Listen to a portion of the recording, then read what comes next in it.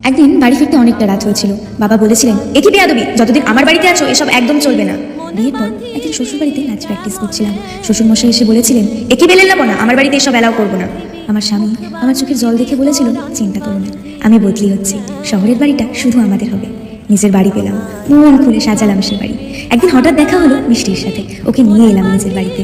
সে আমি বলেই দিল, আমার বাড়িতে এগুলো আমার একদম ভালো লাগে না। কেন কে জানে উত্তরটা দিয়ে দিলাম, তোমার বাড়ি মানে তোমার সেই বাড়ি যেটাকে তুমি শুধু নিজের বাড়ি ভেবে গর্ব করো। এ বাড়িতে আমারও সমান অধিকার আছে তোমার মতো। তোমার বাড়িতে ঘর আমি বানিয়ে তুলেছি, ঘাম রক্ত ঝরিয়ে। মেয়েদের নিজের বাড়ি হয় না জাতীয় কথা বলে মেয়েরা যদি নিজেরাই নিজেদের অধিকার ছেড়ে দেয়, তাহলে গৃহহীন হয়ে বাঁচবে তারা, গৃহহীন হয়েই মরবে তারা। অধিকার নিজেকেই প্রতিষ্ঠিত করতে হয়, মেরুদণ্ড সোজা করে। আমার ইচ্ছা বান্ধিবি, সোহাগ বান্ধিবি, অনুরাগ বান্ধিবি কেমনে, আমার হাত বান্ধিবি পা